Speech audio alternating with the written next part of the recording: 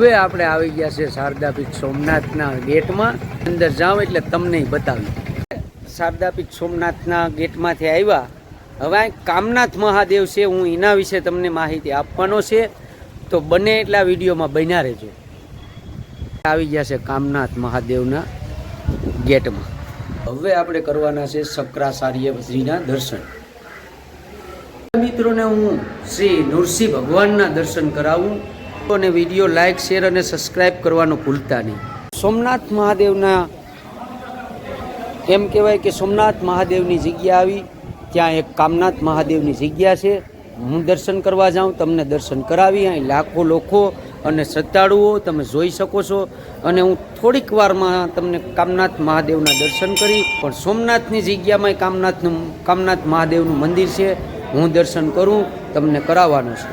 આવી ગયા મંદિરમાં, તો હવે હું તમને કામનાથ મહાદેવના દર્શન કરાવવાનો છે. કોઠિયાજી મહારાજ છે, આ કાચબાજી બિરાજે. આ છે કામનાથ મહાદેવનું મંદિરનું નામ.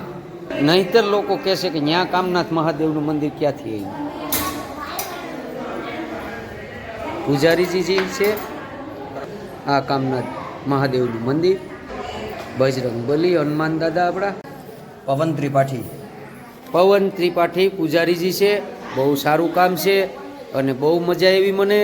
તો પૂજારીજી, અહીંયા કાયમી કેટલાક ભાવિકો આવતા હે દર્શનમાં? દરરોજ લગભગ 1500-2000 લોકો.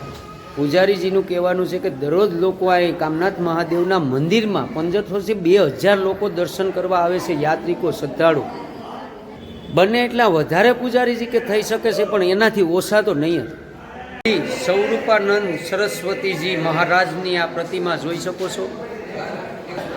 ગુફા તરફ જાતો રસ્તો. હવે ગુફા તરફ રસ્તો જવામાં આપણે પેલું જ મંદિર આવે છે, આદિ ગુરુ શંકરાચાર્યજી.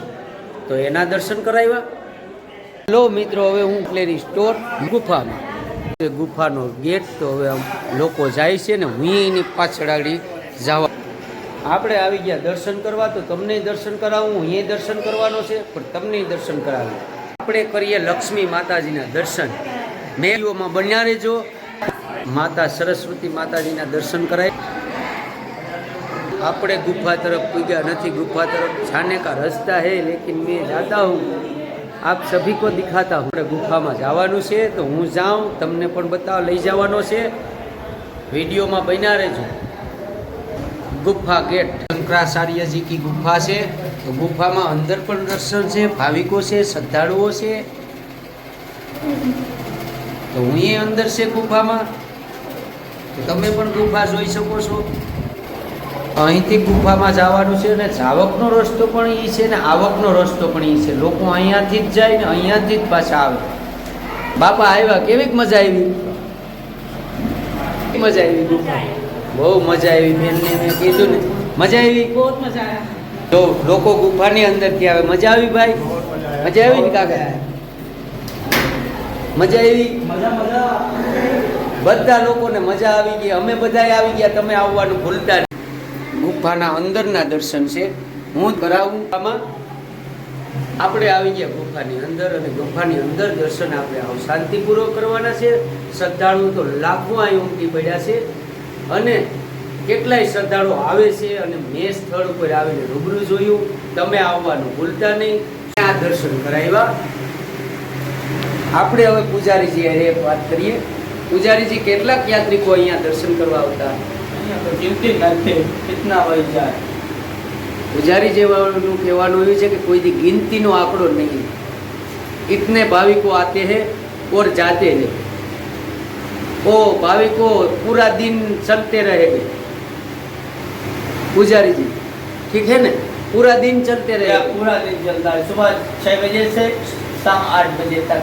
पुजारी जी का कहना ऐसा है कि पूरा दिन लोगों यहाँ भाविको चलते रहते हैं. सुबह का 6 बजे और शाम के 8 बजे तक चलता है. આપણે આવી ગયા છે ગંગાજળનો અભિષેક થાય ત્યાં. હું દર્શન કરું અને તમને પણ કરાવવાનો છે.